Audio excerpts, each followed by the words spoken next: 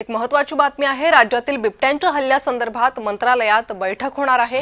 मुख्यमंत्री देवेंद्र फडणवीसांच्या उपस्थितीत बैठकीचं आयोजन करण्यात आलंय। आजच्या बैठकीत काय निर्णय होणार याकडे राज्याचं लक्ष लागलंय।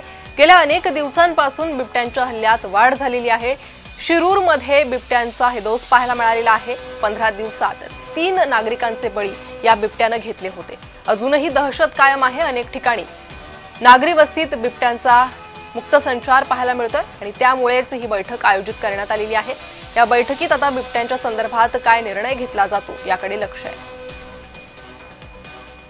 बिबट्यांच्या हल्ल्यासंदर्भात मंत्रालयात बैठक होणार आहे। मुंबईत बैठकीचं आयोजन करण्यात आलेलं आहे। मुख्यमंत्र्यांच्या अध्यक्षतेखाली ही बैठक होणार आहे। तर बिबट्यांच्या नसबंदी संदर्भातही चर्चा केली जाते। तसा काही निर्णय होतो का की आणखी काही वेगळे निर्णय या बिबट्यांच्या संदर्भात घेतले जातात ते पाहणं महत्त्वाचं आहे। तर राज्यात सध्या बिबट्यांचा नागरी वस्तीतला मुक्त संचार वाढलेला आहे। बिबटे सर्रास नागरी वस्तीत दिसून येत आहेत। काही दिवसांपूर्वी नाशिकमध्येही बिबट्याचा मुक्त संचार पाहायला मिळाला होता आणि या बिबट्याने 8 ते 9 जणांवर हल्ला केला होता। अशीच परिस्थिती राज्यात अनेक ठिकाणी आहे। बिबट्यांच्या हल्ल्यामुळे अनेक बळी गेलेले आहेत। नागरिकांमध्ये दहशत आहे, भीतीचं वातावरण आहे। त्यामुळे यावर तात्काळ उपाययोजना करण्याची मागणी नागरिक करू लागलेले आहेत। याआधीही शिरूरमध्ये एका बिबट्याला, नरभक्षक बिबट्याला ठार करण्यात आलं होतं। त्यामुळे तशा प्रकारच्या काही सूचना पुढे करण्यात येतात का?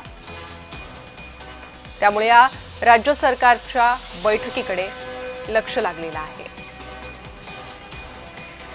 बिबट्यांच्या हल्ल्यासंदर्भात मंत्रालयात ही बैठक। अधिक माहिती घेणार आहोत आमचे प्रतिनिधी मनोज दयाळकर यांच्याकडून।